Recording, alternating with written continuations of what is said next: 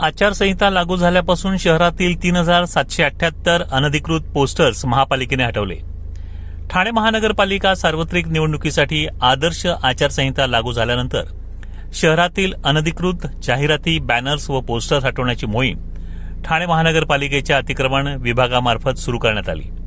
दिनांक 15 डिसेंबर 2025 रोजी दुपारी 4 वाजल्यापासून ते दिनांक 18 डिसेंबर 2025 पर्यंत शहरातील एकूण 3778 अनधिकृत पोस्टर्स, भित्तीपत्रके व बॅनर्स हटवण्यात आले आहेत. दिनांक 15 जानेवारी 2026 रोजी मतदान होणार असून त्या पार्श्वभूमीवर शहरात लागू करण्यात आलेल्या आदर्श आचारसंहितेचे काटेकोर पालन करण्यात येत आहे.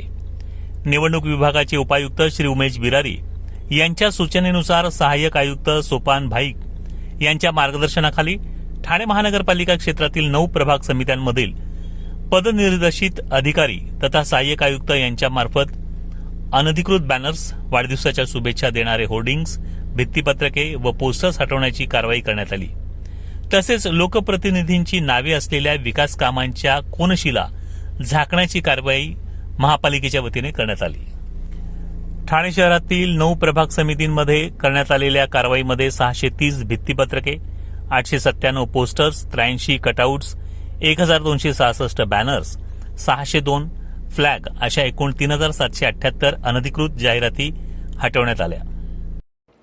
रोज घडणाऱ्या विविध घडामोडी जाणून घेण्यासाठी डेली 2.0 हे न्यूज चॅनल लाईक करा, शेअर करा व सबस्क्राईब करा.